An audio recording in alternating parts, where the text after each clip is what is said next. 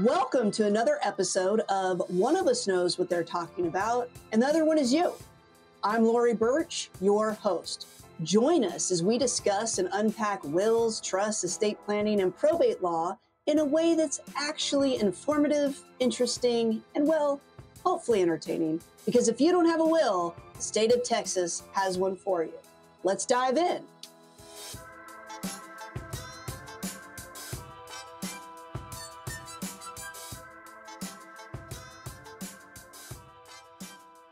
So we're very happy to be joined by a guest. You're our first guest who's not a realtor, unless you have a realtor that we don't know about.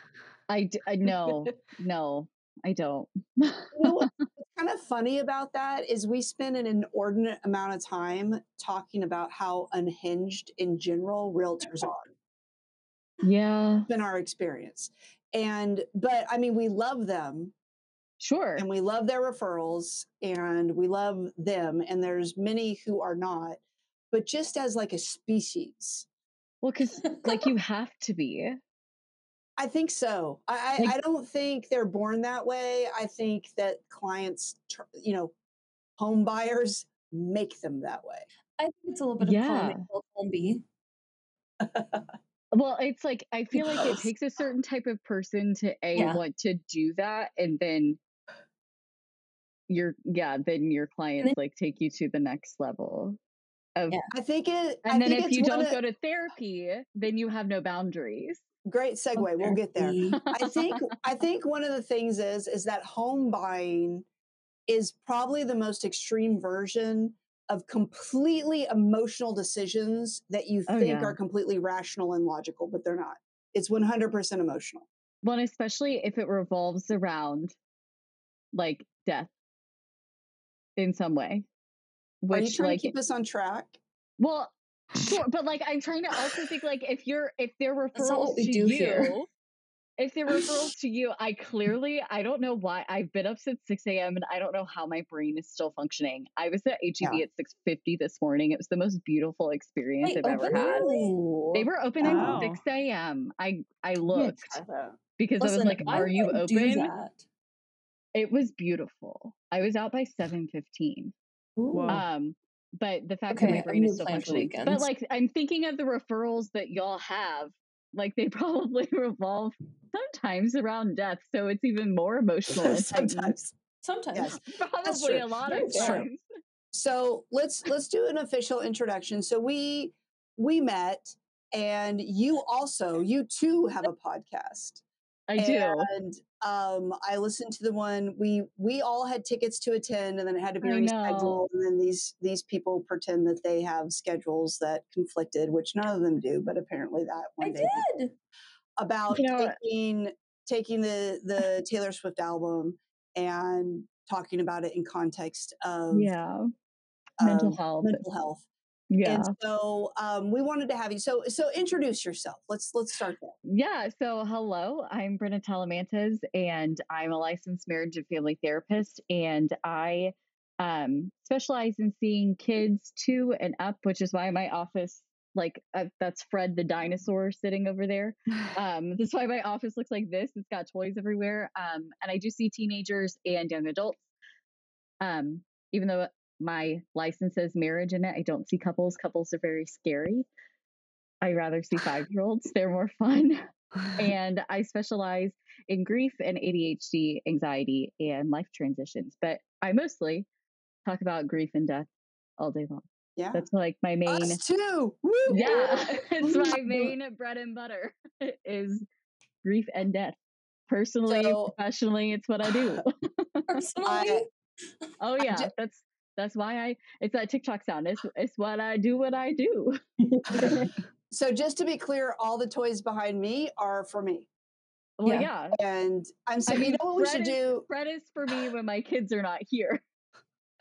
Sara, we need to do an episode where we take a tour of what I have back here. This is Central That would be hilarious. This is Lego that I built from the Friends set. And it's my Spice Girls lunchbox. So anyway, all of this stuff is purely for me, but that's fine. One of my teenagers makes me play Legos every once in a while, and it really brings me joy.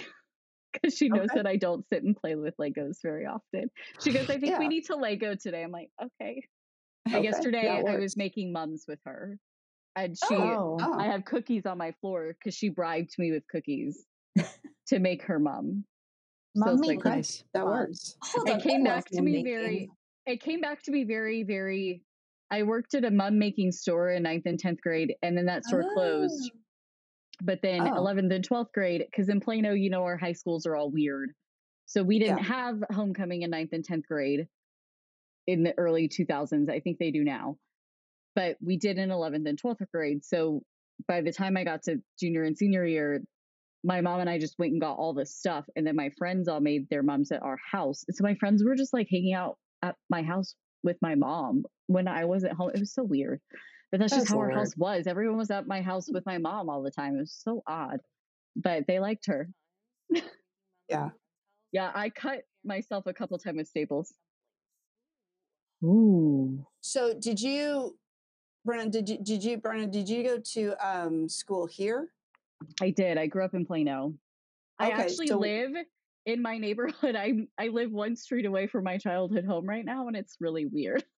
That's a little weird. Yeah. So when I walk the dog, I like see all of my friends' parents, and I'm like, hey.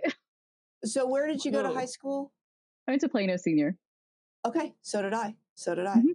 Okay. All right. Did not know this. It was the worst of times. It was the worst of times. It was not really the best of times. The worst of times for me was Shepton.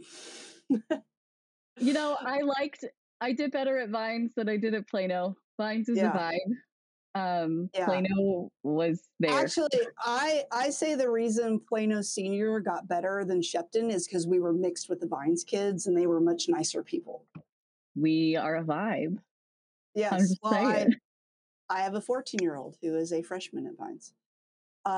So we thought that there's a lot of directions we could go, but one of the things that I thought would be interesting to discuss, because we have a lot of personal experience with it in doing estate planning and probate, is talking about grief. And I think one of the things that would be great to hear from you is, I think we're pretty good at it, but it would be nice to know, you know, because we're here for a purely legal standpoint to get people through this process.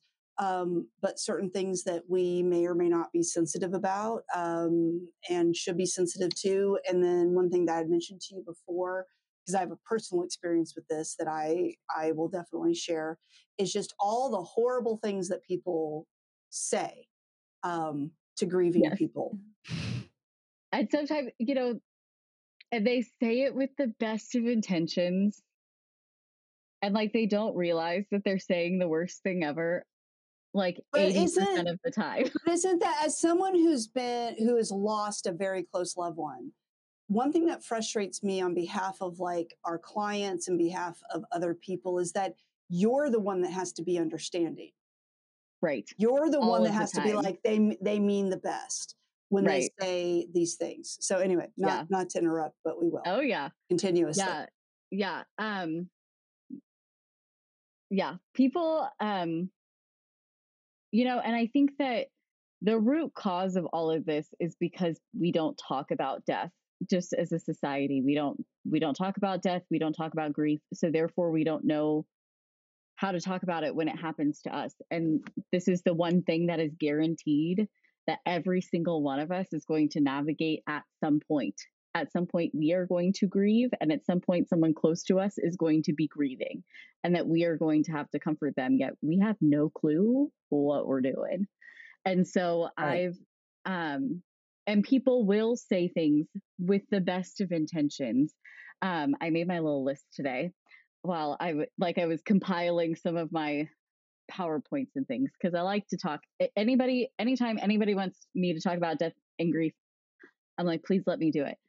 But same. Yes. But people are like, oh, so naturally, like when it comes to my office, oh, it's so great that you've had your own. So a little bit of background. My dad died when I was 9, and he had a really long illness. He was sick my whole life. We knew he was never going to make it to my 16th birthday. We were a little shocked he only made it to the time I was 9, but like, it is what it is. And so that was the start of my grief journey. Then my grandmother died when I was 14 after a short illness with cancer. Then my mom died when I was 19. So this is why I do what I do. And so when kids come to my office, people will be like, oh, well, you can connect with the kids. You must tell them your story all the time. And I'm like, I mean, to a point. A lot of my kids who are grieving that walk in here know that, yes, Bryna has had people that she loves die, but I don't immediately put on them, oh, I know exactly how you feel. Because I don't, because our stories are different. And I want to honor that for them. And so I may like to help them feel comfortable, to help them just get used to me, be like, hey, you know, my dad died too, or my mom died too, whichever person they're in here for. But our stories are different, and your grief is going to look different than my grief, and things that may help you may help you, and that's cool. Yeah. And things that may help you may not help me, or vice versa, and that's cool too. Different things might help us. And so, you know, it's quick for us to like make the assumption of, oh, I know exactly how you feel. Or people will come up to us and say, oh, I know exactly how you feel about your dad's death. My goldfish died. And it's like, lovely. Well, like, no, that's a little different. Like I love that you love your goldfish, and that means a lot to me that you loved your goldfish, but it is a little different. But thank you for trying that. Okay. Another one that I think that people think is helpful, but really just puts a lot of pressure on people is the you're so strong, or you're doing so well, or and again, it has, and we're not here to like sit on people if you've said these things. We're here to like learn, but you know, the person who is grieving, who is having to navigate all their life has just changed. The last thing, they're sick of being strong. They're sick of having to fake it, because the last thing that they want to do is to keep having to, quote, be strong. They're over it. They don't want to do it anymore, or they just don't feel strong at all whatsoever. And for you to come up to them and be like, oh, well, you're so strong. And you're like, are you kidding? You are not picking up this situation at all. I'm not feeling strong. I don't want to be strong. I need help. And so for people to come up and be like, oh, you're so strong, you're handling this so well, it's like, read the room. Right. Like, no. So like some alternatives to that is, wow, like, how are you doing today? Just asking, how are you doing today? How does your grief feel today? It looks like you're feeling put together today, but how are you feeling today? What can I do to help you? Let's not assume people are doing anything. Let's not assume people are feeling any kind of way, because then they're just going to be like, I can't trust this person. They're not reading the room. Right. So again, best of intentions, but no one wants to have to feel strong in these moments, and they're sick of it. Another one that I think that especially kids and teenagers are often told is, it's going to be okay. Who told you that? Right. Who gave you the magic ball that told you and guaranteed that it's going to be okay? How do you know that? And they're going to, especially kids and teenagers, they're going to look at you and be like, person I can't trust. Got it. I know that you are a lying, dirty lie face, and I'm good. And doesn't that also encourage something that we far too often encourage, and that is just to bottle it up, or to hide, or to ignore very legitimate feelings that you have? Yeah. And it just shows people, it's like, okay, here's one less person I can turn to. If this is the platitude I'm going to get from this person, I know I can't go to this person when I'm actually feeling bad, because they're going to come back with me of like, oh, well, it's going to be okay. So this is one less person that can be in my inner circle of people. And I think that those of us who have experienced hard things in general, whether it be death or divorce or any just big life transition, hard change, anything like that, we find out who our people are, and we find out who's going to stick around. We find out who's actually going to listen. And these are the words of the people who aren't going to stick around. Of it's going to be okay. All right. I know you're not my inner circle of people. If that's what you're going to throw at me, no, I can't trust you with my feelings. And what is it in, I don't want to pretend like I have any sort of background in psychology. I mean, I will say this, I have been through lots of therapy in my life. Which is not a bad thing. But does that qualify me for diagnosing things? But I do think I didn't, for another podcast, we'll talk about how I started a practice in estate planning and probate, but that's for another time. But I do think there's a certain amount of fate or the universe or God playing a role in that, because I seem to have a knack for understanding people and going through that. And coincidentally, and I do mean coincidentally, because I'd already set myself on this fact that I was on this path, that I was going to start this practice. But right as I was in DC thinking I would come back to Dallas and start this practice, my stepdad died suddenly and unexpectedly. And so I often talk about how that set the tone for me, because while I was starting this practice of either helping people plan for what happens if they pass away, well, really not if, but when, right? Or they've lost a loved one, that I had all this experience of seeing what we are going through. And I've lived overseas and I've experienced a lot of different cultures. I went to an international school and all of that. And so I don't know if it's a cultural thing, but I think there's a lot of discomfort in us not knowing how to deal with someone where you feel such a loss of control. Yes. And what I've discovered in a lot of my experiences personally and professionally is that people don't necessarily want you to fix things or have answers. They just want to feel seen and they want to feel heard. And if they feel like if you can just sit in that with them, they want to fix it. They want to compartmentalize it and they want to move on. One of the things they said, a friend who, you won't like this, but it was a wife of a therapist who said to my mom, well, you've been divorced before, so you know what it's like. And my mom was like, I hated that guy. I couldn't wait to have him out of my life. This is a totally different situation.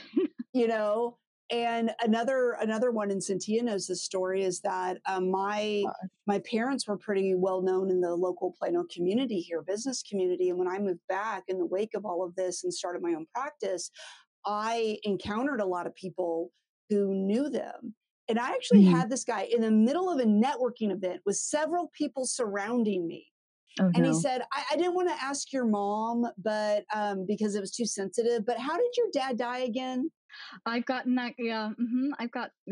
And not only is that just wrong, but it was actually a really weird, bizarre accident with a propane tank. Like it's None not like it's, and I'm just like, oh my, like I'm surprised I've gotten to this point 20 years later to be able to even my dad. Like, right. Well, and that's another thing that I'm curious or my stepdad about is that, I always had referred to him as my dad. He came into my life. And because I have somewhat taken on a public role, I've run for Congress and this and that. I don't want anybody to have a got you where you said your dad died and now you're talking about your dad who's alive in California. So it really is more a recent development where I even refer to him as my stepdad. And something that really frustrates me is I feel like I always have to say my beloved stepdad or my stepdad who I was very close to. And I hate having to do that because I feel like I have to justify, no, this is a significant loss to me. Yeah. I mean, all of that. I mean, maybe we just need to book a session outside of this. I don't know. But, it really is so much that's entangled with a lot of this loss and grief. Well, and that, it gets us into some disenfranchised grief too, because it's, disenfranchised grief is like that grief that we don't think that we're allowed to grieve as much. So, Wow. it's like, maybe you feel sometimes you're not allowed to grieve your stepdad as much as you're supposed to grieve your biological dad. And it's like people have disenfranchised grief when it comes to like stigmatized deaths, such as like death by suicide or overdose, or yeah. when it comes to miscarriages, infertility, like the list goes on and on and on. But those mixed up kind of feelings that we feel of like, oh, well, I feel like I have to have all of these explanations around my grief. And it's just like, can't I just have my feelings about my person because I loved them? Like, can't I just have these feelings?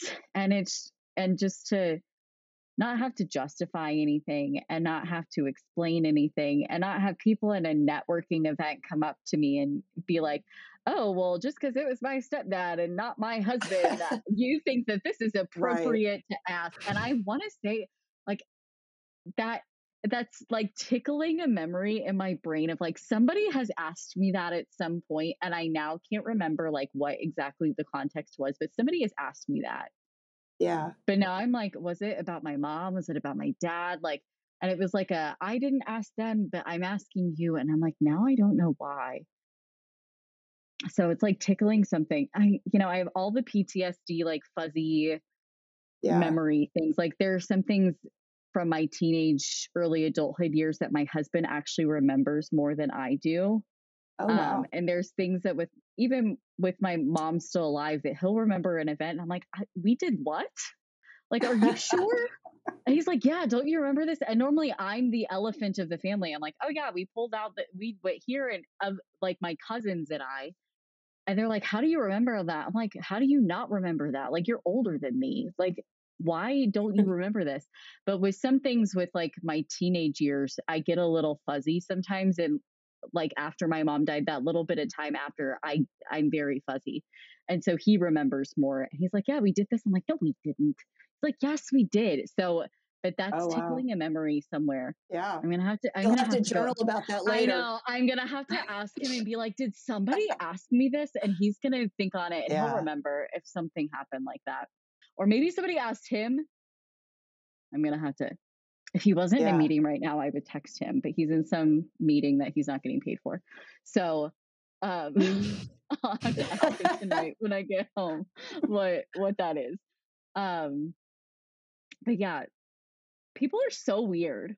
And I think because we have, our culture, and just, this is America being America. Our culture is just so like, pick yourself up by your bootstraps. We're going to keep your chin up. You're just going to keep going.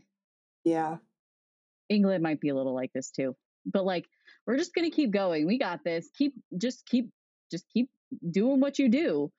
That we don't allow ourselves to just sit and honor our stuff. And you know what's so interesting about that, at least from my personal experience and my personal journey, is that in having that vulnerability and that authenticity about owning that's really where I derive my strength from. Mm-hmm. And so I have this whole theory that, I don't think anybody disagrees with the fundamental idea. It's almost a platitude of that, we want to make the world a better place. And then we can have a lot of different, ideas of what that looks like. But, we're always wanting to better ourselves. If we think that we're perfect right now, I don't think anybody, accepts that. But, you can create change through laws. You can create change through cases and, challenging things, and you can create change through hearts and minds. And long story, I feel like as much as I've pursued the changing things through cases, being a lawyer, what my original intent was, or changing things through legislation, running for Congress, that this third rail of changing actually the way people perceive things, changing their hearts and minds, is another way to create change. And for me is really the long game. And I guess for whatever reason is where I found my strength. And I think that by sharing our personal stories, Yeah. because it becomes a lot harder to hate, judge each other when we know somebody who is who is there and who is affected. And so I think it's just an interesting thing because, you know, there's this backlash of, you know, mental health and being snowflakes. I would argue that you're a bigger snowflake if you are getting hung up on Bud Light and female soccer players, and, you know, injustice and our climate dying. But Mm-hmm. whatever, you know. But it is a balance, and I really think that there's a certain degree of empowerment where we can own our mental health, talk about it.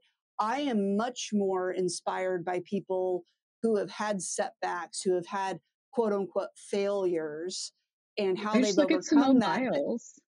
Right. Then, right. And it's like, why there's a certain segment of us that are even more inspired by her, from her coming back and overcoming that and speaking to it.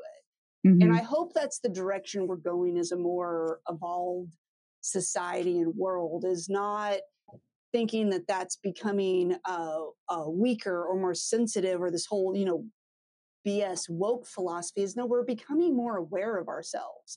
And if Right. we aren't trying to evolve, if we aren't trying to better ourselves, then Mm-hmm. what's the point of doing any of this anyway?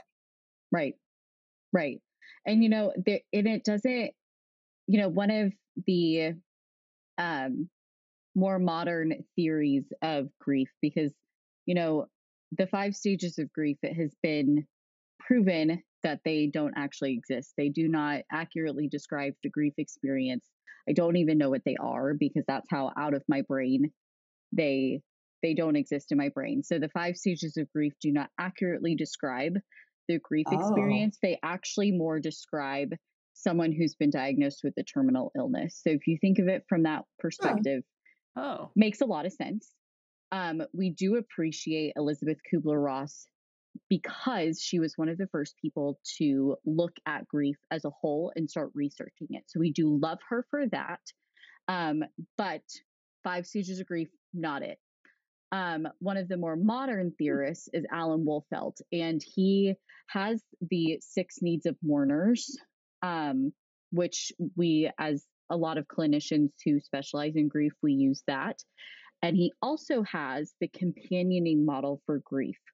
And you do not have to be a therapist to use this companioning model of grief. You can just be a person. And that's what, like, I mean, a lot of therapists use it. And if you go to one of his trainings in Colorado, that is what you're going to be taught. And a lot of therapists who are taking his trainings. But it is all about sitting still, being with the person, listening to them, not pretending to be an expert on grief. Do I know a lot about grief? Yes. Do I know a lot about like death and dying and all of these things? Sure. Will I ever say I'm an expert? No, because I'm not even the expert of my own, because my own grief changes and morphs. My grief is 24 years old and it still changes and ebbs and flows. And there's hard days and there's not hard days. There's hard seasons and there's not hard seasons. 2020 was a particularly hard season, even though nobody died. It just was the 0 years are just hard, because my dad died in 2000. My grandmother died on a 5-year. My mom died on a 0 year. So it just is a lot of milestone years. And so it was my dad's 20th anniversary. My mom's 10th anniversary. It was freaking 2020. We had an election from hell. My husband was a teacher, or is a teacher, and so was a teacher. And so it just was a lot going on. So there's grief ebbs and flows. It changes. There's a lot of things going on. So I'm not even an expert in my own grief. I'm not going to pretend to be an expert in somebody else's. But the companioning model of grief encourages us just to sit and be and exist with someone who is grieving. And that's all, Lorie, going back to your point from earlier, that's all anybody who is grieving wants the person to do. We don't want any of this toxic positivity BS of like the worst one.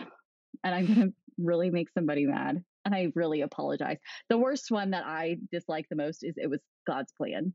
Whether you are a religious person or not a religious person, but I firmly, and I 100%. you know, I was still going to church every single Sunday when my mom died when I was 19. And I don't believe it was God's plan for me to have no parents or grandparents or a home by the time I was 20. I don't think that was the plan. I think that's kind of stupid. And so if you're going to tell that to somebody, they're going to look at you and go, huh? Right. And, that might bring comfort to some. They're in a better place might bring comfort to some, but to a majority, and especially to kids, they're going to look at you and go, they're in a better place. And they're going to look at you and go, in the better place here with me. Right. Most adults in the better place here with me. Wouldn't I love as a 33-year-old for my mom to be here so that I can vent and bitch to her all the time? Sure. My husband, I think, would kind of like that if I could vent to her sometimes. I'm sure he would enjoy that. But, that'd be cool. That'd be kind of nice. Would it drive me crazy a little bit? Sure. Yeah. But, all people want when they are grieving is for someone to just sit with them and just go, what do you need today? Yeah. Like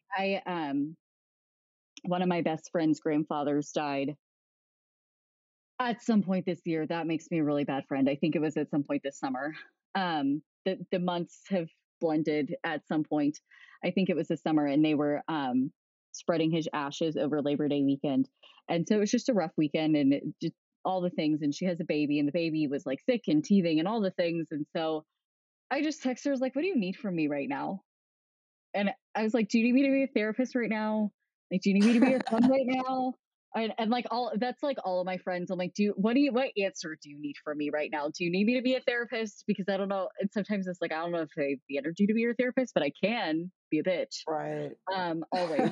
But I don't know if I can be a therapist always at the moment.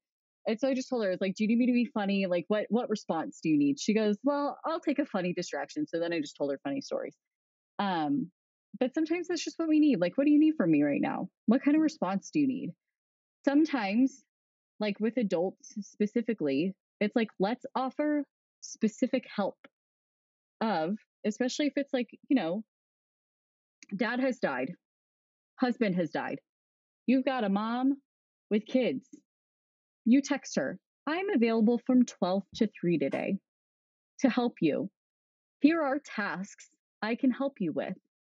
They include laundry, cleaning your kitchen, meal prepping for you, which would be the most helpful for you today.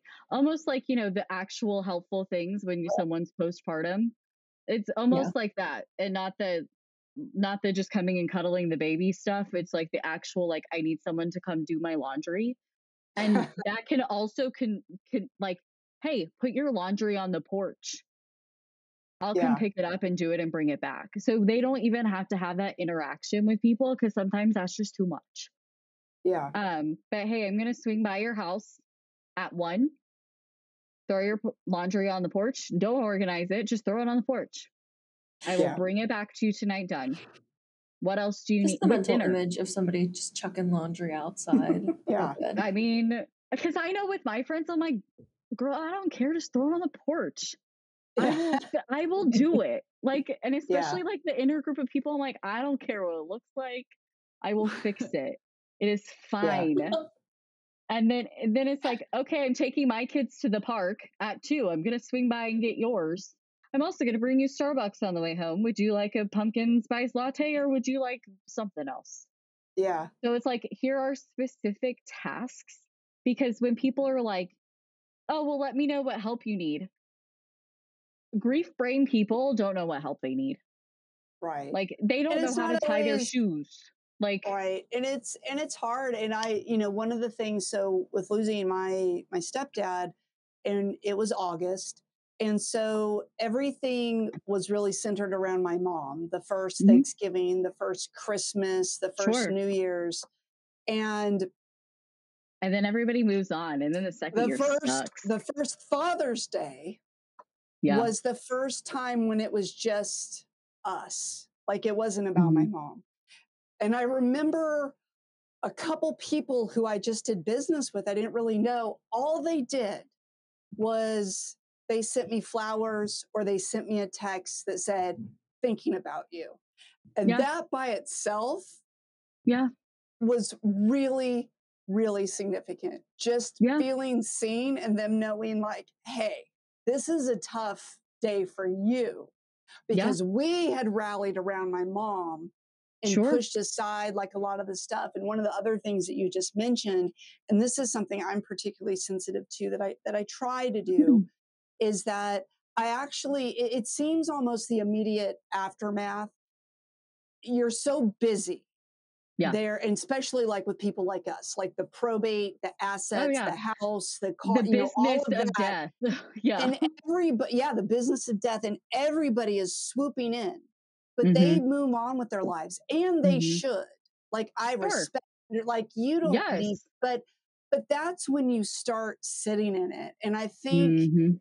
that for those of you who have loved ones and friends who have lost someone, yeah, definitely reach out in the beginning, but put it on your calendar. Like if it's a Mhm. father or a mother, think about Mother's Day or Father's Day. If it's a birthday, if it's 6 months from now, just to so I want to share a quick story because I wouldn't be married if it weren't for this. Hmm. But so my wife, Kimberly Cantor, was someone who I knew about. She had started a nonprofit, Rainbow Roundup, and which is for families with LGBT families with kids. And I was added as a resource as an attorney that helps those families. And then, so we never had really met. Ironically enough, we went to Plano Senior High together, but That's that's a very big well, school. because So you it's graduate with 1,500 of your best friends. right. So we Yeah. never met, but unfortunately, she has a yearbook with my least favorite picture of me ever. But anyway, so she had posted on Facebook that her dad had died. Mm. So I had reached out to her just saying, hey, I'm sorry to hear about that, because she's someone who I knew in the community. Mhm. And I'm going to try not to get emotional, but I am an emotional person. And then I didn't know what she did for a living at the time, but she posted this picture of this tree that kind of bent into a heart and said that she got lost on a drive during work and that she was used to talking to her dad on these drives and she got distracted, and it was just something she wanted to share. Mm. So I sent a message to her and I said, hey, checking in with you. Saw your post. I would never compare my grief, but what I have found is you never know when it's going to hit you. Mhm. And after I'd moved back to Texas, after my stepdad had died, I went down to Trinity University, where I went to college, which is the best college to ever go to. So I was like really happy to be there in this place that I loved. It was comfort. And I went into the bookstore and I was going to get some Trinity swag. And I saw the sticker that said, I'm a Trinity dad.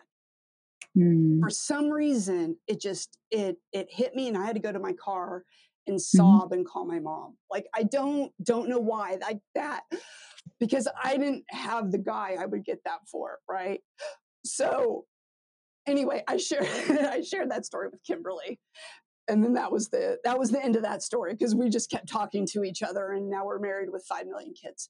But my point being is that you don't ever know when those things will strike you, and I think True. really being present and being aware. And I've had a few clients, because our job, and I want to talk about this a little bit, is really to navigate this legal piece. Like the biggest mistake you can make is to get involved in the emotional part of this, because that's not what they need. They need us to Mhm. be the guide of how to figure out this legal piece.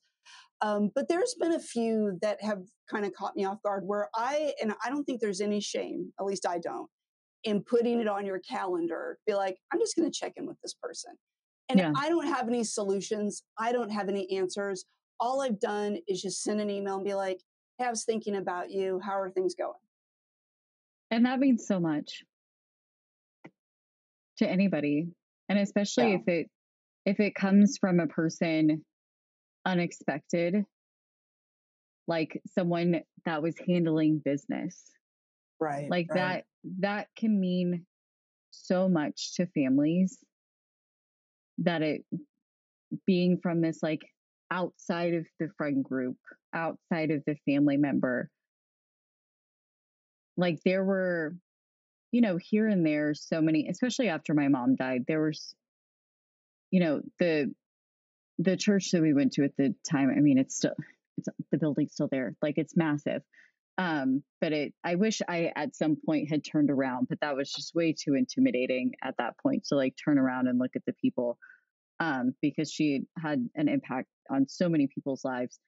But it was very overwhelming at the time to like get inundated by all the stuff. But the people who would just randomly kind of check in, like 6 months, a year, be like, hey, like, how you doing?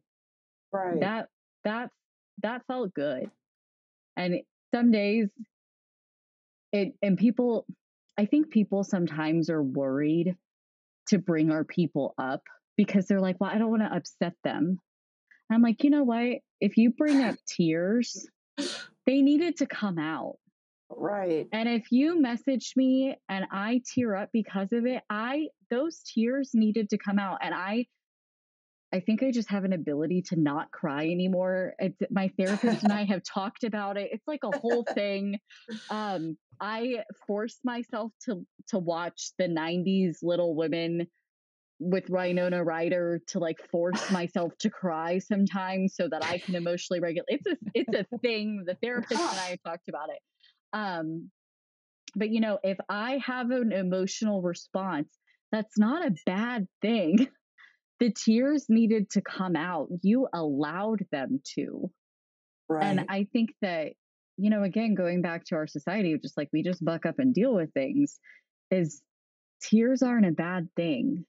An emotional response is not a bad thing. And if your message touched me in that way, that those feelings were able to come out, that's a good thing. That's a beautiful thing. And it's like, thank you for allowing that to happen. Yeah. So I think, like all of my friends' dates and stuff are in my phone because I have friends with dead people, and their dead people's dates are in my phone. Right. And I text them and I'm like, how are you? And we send tips treats and our notes are the same back and forth. Today sucks. Cookies help. No matter what, that is the message. That is great. Today is allowed to suck. No matter how many years it has been, cookies help. That is fine. And all of my kids, like I know when all of their dead humans' dates are, and we start checking in. How do you want to honor this? I bring them, just like I bring them snacks on their birthdays. I bring them snacks on around their people's dates, because today sucks. Cookies help, and that's okay. I like that. Today sucks. Cookies help. So one of the last things before we turn this around and get to the Sam Sara segment that we always have. I definitely, if there's, thoughts you have for us, because we're in the business of the probate piece. But I wanted to tell you a story that the rest of them have heard, and I share a lot because it's very impactful. But so probate, when someone dies, you got to do something. You've got assets, debts, and stuff that are in the deceased person's name, and you got to get those to where they're supposed to go. Hopefully you have a will or a trust where they took charge and made those decisions. Now, of course, it's not just about... I've had 2 dead parents that had nothing. It's been great. Yeah. Well, and one of those things, and I think the answer answers itself, is, in the U.S., over 70% of people have no plan. There's a higher percentage that have, they think they can do DIY and a lot of stuff. And we can definitely talk about that. But I think part of it, they give themselves a lot of excuses. It's too expensive. I don't need it, this and that. But I actually think it's just they don't want to contemplate the inevitable, which is kind of what we're talking about. But I don't get too hung up on that at this point. But I'm happy to go there. But our job is really just if they have a will or a trust, great. If they don't, we've got to basically get the home, the bank accounts, the car, the life insurance, the credit cards that are in that person's name out of their name. Mm-hmm. And from a mechanical legal standpoint, taking away all my human feelings, because lawyers are not humans, that's the job. And within the first few years of my practice, I was sitting at a probate hearing with a client where we're waiting to get the paperwork from the court. And I'm doing the normal walkthrough of, okay, now that you're the executor, you can contact the bank and get the bank account closed. You can do this and that. And he's just sitting there and he's like, like, I feel like I'm erasing her. Mm. And, you know, I was in my late 20s, early 30s when he said that. And I was like, man, what a thing. But I mean, yeah, that's kind of what it is. And then as I've matured and lived some life, and I get what he was saying, I don't discount Sure. that. But I think part of the grieving process is I go back to my dad. And if you look on our website, you'll see the reason why a red Pegasus is our logo, and it has to do with him. Yeah. My firstborn daughter is Adlee, and it was purposely spelled Adlee, Lee, after him. And there's all these different things where, yes, there is no house in his name, no credit cards in his name, no bank accounts in his name, no assets in his name. But he is far from erased. But you have other continued bonds. Right. With him. You know, and I think that's why, you know, we talk about, you know, putting these plans together. And I used to accept the fact that it was kind of doom and gloom, like doing your will and this and that. But what I've seen now is when people are doing this and they're doing it the right way and they're doing it intentionally, it doesn't have to be that way. It can be empowering. It can be something that you're taking control of, because the story that is going to be written about you, your final chapter to your legacy that's going to continue, is what your family and loved ones had to go through when you were gone. So my story and my husband's story will be two completely different stories, because, you know, my dad, when he died, even though he knew we knew he was sick. Like, that's what baffles me, is like nothing was put in place. And what my mom didn't know is that my dad didn't even put my mom's name on the house. Like, baffles me. Wow. So we had to file for bankruptcy to keep our house because we didn't even know things were happening. It's a whole thing. So like, that's what happened with our first house. So then you would think that my mom would have put things together. No. So then when my mom died, the house we lived in was still in my grandmother's name. And so I lost my house. And then there was this whole thing of, well, I inherited the house because my mom was in bankruptcy and my cousins got all the stocks then the people we were working with, they were like, well, Bryna, you can only take the things out of the house that you could justify are yours. I'm like, the whole effing house is mine. I live here. Are you kidding me? And it's like, everything in this house is mine. And so that was what we were dealing with. So I'm 19. I'm a sophomore at SMU. I have a $7,000 hold on my account at SMU. So I'm just trying to go back to school. Now I went as a grant kid. Like, I did not pay to go to SMU. I had a single mom. Like, this was a situation. I do have my snobby moments. So I was not your typical SMU kid, but I have my moments and everybody knows it. So it's fine. But like, this is what we dealt with. And like, then there were a lot of situations that happened. The house ended up getting foreclosed on. My stuff was not taken out of the house like it was supposed to. My house was ransacked. Stuff was stolen. It was a situation. It was a situation. My house was destroyed. And when I got to go back inside my house, the people who were in my house and had gone through my stuff, there was I forgot the guy's name, but there was like this puppet.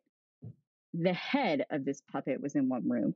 The legs were in another room. Like, these people destroyed the house. Oh my gosh. Wow. So this is what 19 and 20-year-old Bryna was navigating, because things were not put in place. Therefore, and my husband's parents and my husband, I mean, thankfully we were already dating, and if that was, thank God. So they saw that and they have their mess together. Thank God. And every once in a while, like every 6 months or so, and we actually just had this conversation a couple weeks ago. My mother-in-law was like, "Oh, my TRS got updated. Here's the highlighted thing. I made you a copy. Here it is." And so my husband doesn't like talking about it because it makes him sad, but that's fine. I can deal with it. And so every couple months, I'm like, "Have you moved the will? Is it updated? What's going on? Is it in the same place? Where's the, like, what's the safe code? Are the things, where are all the things good?" Our stories will be completely different. And I wasn't able to start grieving my mom until like a year after she died, because I was having to deal with all of this extra stuff. And that's why my brain is also so fuzzy. It's like, I don't remember a whole lot from this year. I got like a 1.9 that spring semester. Like, I'm surprised I graduated, but like grad school was much better. I promise I know how to do my job, and like, I'm really good at it. Like, I promise. But like undergrad, who needs poli-sci when you're a therapist? So it's fine. No big deal. And I don't need math. I can add up my bills. It's fine. But like, that's part of why I'm so fuzzy, because I was having to deal with so much stuff and like work, because I had to like make money and like pay bills. But you know, that's the importance of all of this. But also, like, if people had looked at, like, I was having to make we had 4 storage units, because I was like, God, I can't get rid of all this stuff. Like, this is my stuff. Like, what am I supposed to do? And so we weeded it down over all the years, 14 years. We have 1 storage unit now. It's mostly just because I have a lot of Christmas stuff. Oh, wow. Because I have a problem. Well, yes. I grew up with a themed Christmas tree in every room of my house. It's a situation. And we've like rented and stuff. And so, you know, it's in a climate controlled situation. But you know, the stories will be very different. So like, when in a very, very long time, this happens to my in-laws in 20 years, because they will live forever, because they have to. When this happens, when they have lived a very, very, very long life, it's going to be less stressful because everything is in place. Yeah, for sure. And it's going to be fine. Yeah. And it's going to honor them. It's going to be less stressful for us. And I think it brings them a lot of comfort to know that. Right. To be like, our kids are going to be fine. Because, and we talk about it sometimes. They're like, "What are you going to do with our house?" I'm like, "We're moving. We're out of here. Sorry, bye. We're selling it." Like, you're the only reason why we still live in Texas. But, I mean, we joke about it, but you know, it's very helpful, but continued bonds are also very important. So my parents they each have a shelf of their stuff in our living room. Thankfully, my husband met my mom, so he understands where the crazy comes from a little bit, but he didn't know my dad. Right. My dad died when I was 9. I didn't meet my husband until I was 15. And so, but there are pictures of my dad in our house. They're alive and well. We tell stories about my parents because my mom and I did some crazy ish that we shouldn't have done. I mean, the week that she died, we were like going down, because she died the week of Veterans Day. We were like down at the VA hospital. This was 2010. We didn't have iPhones. And then the GPS stopped working. So we were just like, if you've ever watched Celestial Navigation from The West Wing, that episode, when they're just like following the stars to get Mendoza out of jail, that's basically what my mom and I were doing at 9 p.m. to get to the VA hospital in Dallas. Like, stupid stuff all the time. Yeah. But we talk about them. We honor them in different ways. We have symbols that remind us of them. And so, you know, encouraging clients to have a way to honor and remember them, take a piece of their house with them. If they're having to sell their home, all right, what's a piece that you want to take? Right. How do you take a picture of it, frame it, have it in your new house? Like things like that. Because it can be hard. It's hard to say goodbye to those things. So I do want to circle back to the Christmas stuff, because this is a question that's come up in our office. So, since you have so much Christmas stuff, obviously you celebrate. So, Santa presents, are they unwrapped or wrapped? Okay, this is a debate, but we don't have kids, so it's fine. So our Santa gifts were always unwrapped. Yeah. I think my husband's were wrapped. Okay. I don't remember. So ours growing up were always unwrapped. So Sam here hails from New Zealand, and which So you this is haven't. an office debate. So that's not the debate. That's not the debate, actually. Apparently, this is a conversation that was happening, and Sam said something to the effect of, I don't really remember, but we just would wake up with a banana at the foot of our bed. Not just a banana. Not a banana. Well, not just a banana. Then it became a banana. Then it became a 2-liter thing of soda. Yeah. Yeah, both of those things. And chocolate. So then we're like Googling, is this like a tradition in New Zealand? It is not. It was just something that they did in Sam's family. That's funny. Yeah. It was so we would have something to snack on before lunch, so we wouldn't ask sense. every 3 seconds if the food was ready. Well, that's kind of There was a that's reason kind of smart. for it. Yeah, we always, we always got, because our family's German, so we always got oranges and walnuts in our stockings. And so I did that the first couple years that my husband and I lived with his parents before we got married. I put oranges and walnuts in stockings, and then I made really loud noises and things fell over one morning. And so we no longer do that because I made things fall over. Yeah. And my husband was like, wait, why don't we just get candy that we like? And I was like, wait, we can do that?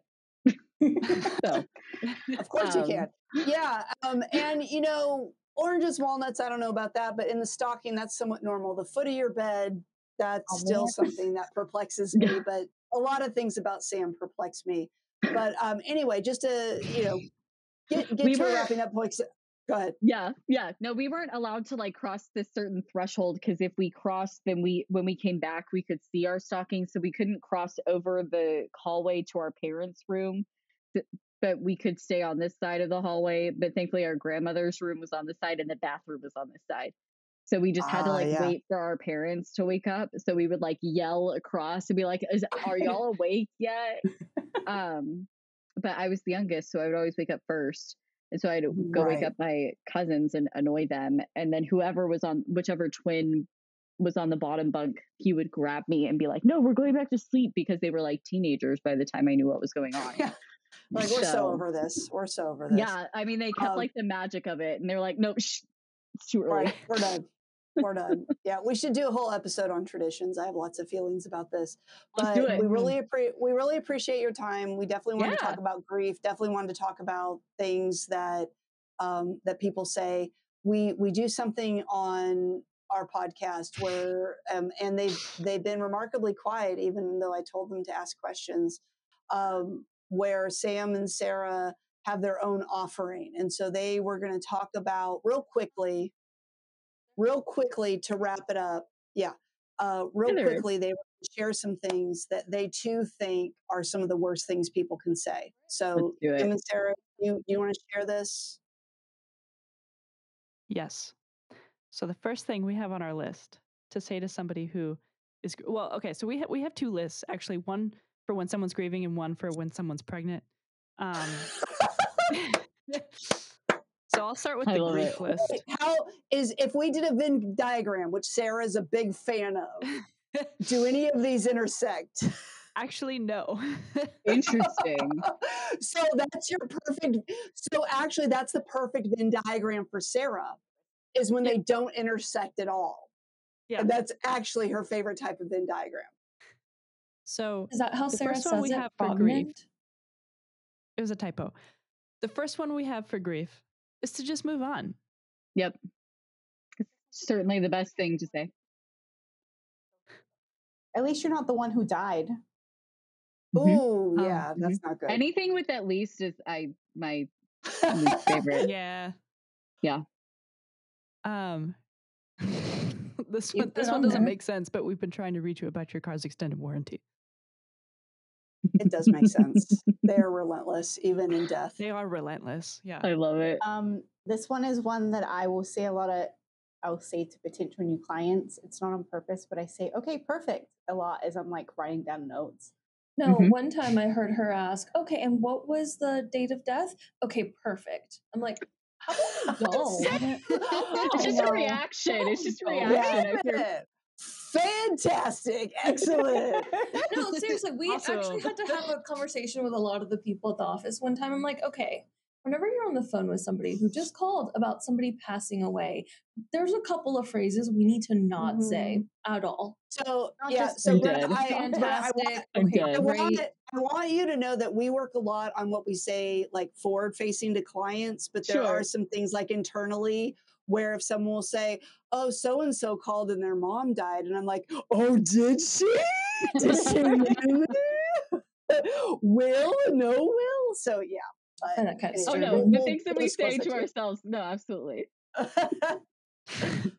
Go ahead, Sarah. Is this one yours? This next one? Yeah, last one on our list is one of... Wait. That's not the last one. There's two more. You told us not to do that one. No. Oh yeah, I don't like that one. Yeah, this is the last one. So as a reminder, these are the worst things you can say to someone who has a loved one who passed away. Want to be my date to his funeral? I'm dead. Yeah. That's great, Sarah. Okay. So prognant. Yes. Typo. So this one comes from the great actress Blake Lively. Congrats on your little bump. Guys, as she said to someone who and someone who has fertility problems. Yeah.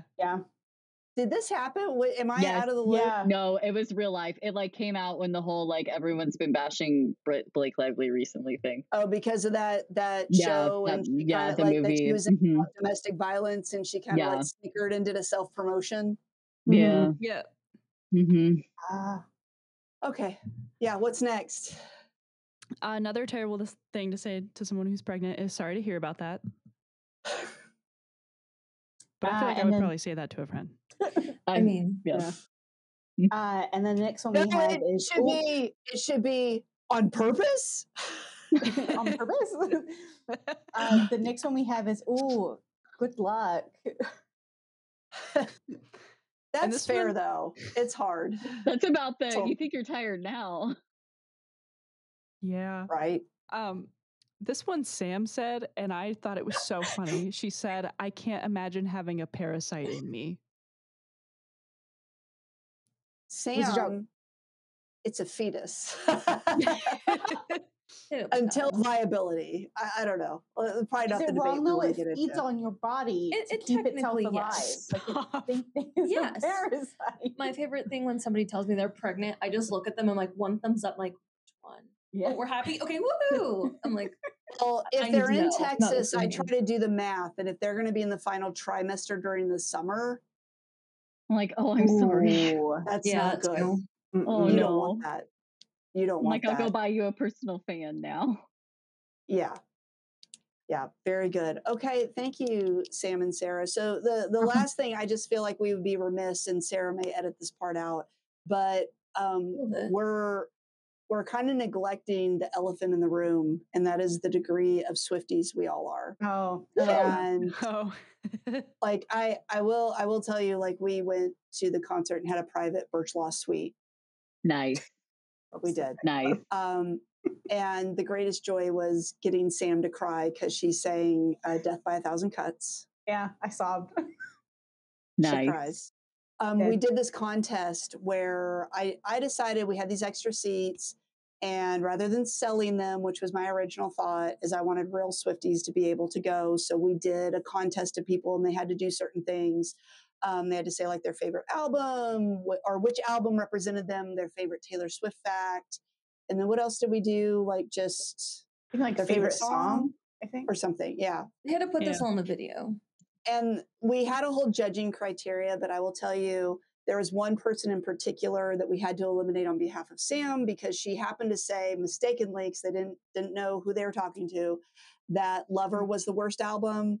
And you don't say things like that to Sam. No. That's sad. You just don't. So sad. Oh, no.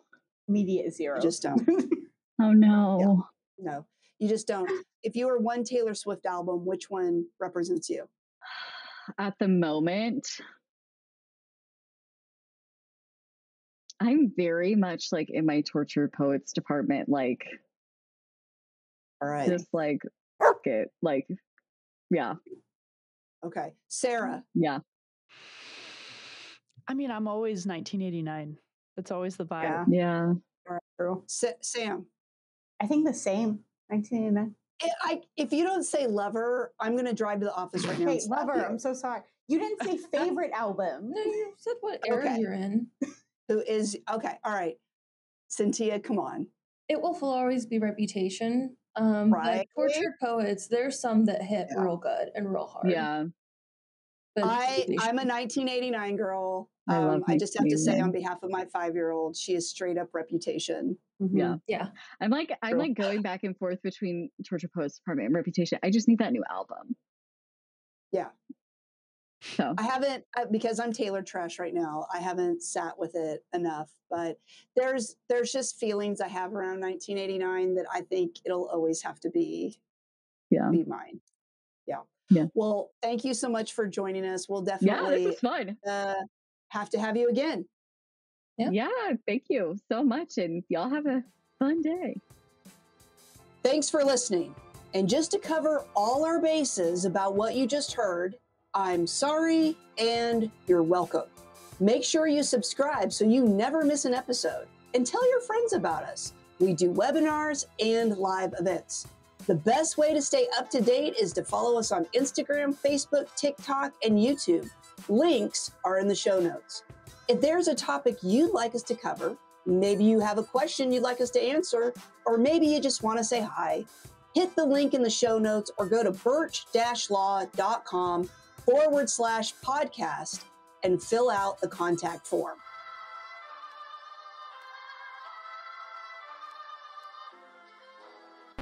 Much better. Yeah, I thought that had a lot of energy.